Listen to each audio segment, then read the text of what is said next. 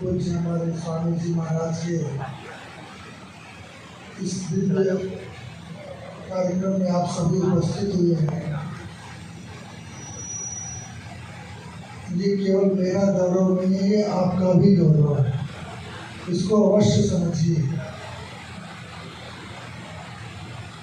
समस्त शास्त्रों में यदि किसी के व्यवस्थित रहने की बात कही गई है तो वो केवल और केवल ब्राह्मण है।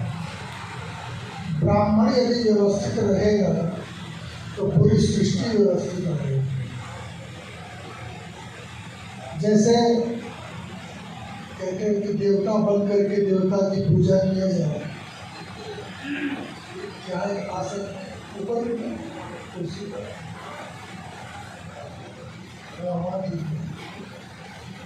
देवता बन करके देवता की पूजा किया जाता है। वो सबके लिए कहा गया है, ब्राह्मण क्षत्रिय वैश्य कोई भी वो देवता बन जाए, ये तो सबके लिए सर्वसाधारण बात है। लेकिन जो पृथ्वी का ही देवता है वो अपने देवत्व को जागृत करके देवता बन करके और महादेव की आराधना करते हुए, पृष्ठ की आराधना करते हुए, वेद की आराधना करते हुए, गुरुजनों की कृपा का आनंद लेते हुए यदि वो आराधना करता है तभी समाज में देवत्व स्थापित होता है, अन्यथा होता नहीं। आप सभी लोग जानते हैं, बहुत लोग विवाह शादी में भी जाते होंगे। विवाह की प्रक्रिया जितनी विशुद्ध हुआ करती थी उतनी ही संतति भी विशुद्ध होती थी, और जितनी विवाह की प्रक्रिया अशुद्ध होने लगी उसके उनमें से आगे समझ लीजिए बहुत बड़ा दायित्व आप पर है नारायण। हम उपदेश देने के लिए आप उपस्थित नहीं है, उपदेश तो पूजन दे ही रहे हैं, लेकिन आप पर जो दायित्व है ब्राह्मणों पर, यज्ञाचरण श्रेष्ठ कर्तव्य करो जना स्वयं प्रमाण। आज मैंने बहुत सारे ब्राह्मण देवताओं को तिलक किए, मुझे बहुत को देखकर प्रसन्नता हुई। ब्राह्मण तो वैसे ही प्रसन्नता का महत्व है, ब्राह्मण का दर्शन ही प्रसन्नता प्राप्त करा देता है। लेकिन सोचिए अगर मृक्ष जैसा उसका स्वरूप हो जाए तब तो प्रसन्नता देगा कि अप्रसन्नता।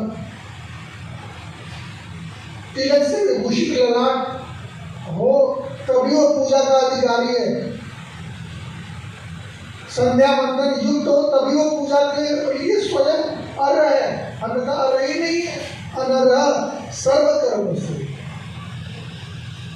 और समस्या राष्ट्र में आप लोगों के लिए पास पूरी भूमि है, यहाँ रहिए, विदेश तो मैं कहूँगा नहीं जाइए, जहाँ भी रहिए भारत के कोने में आप सभी सच्चरित्रता के साथ, सद्धर्म के साथ, क्योंकि आचार मूला जाति स्याद आचार शास्त्र मूलकम वेद वाक्यम शास्त्र मूलम वेद साधन मूलकम साधकश्च क्रिया मूलम क्रिया फल मूलिका फल मूलम सुखम फल मूलम सुखम देवी सुखम आनंद मूलम।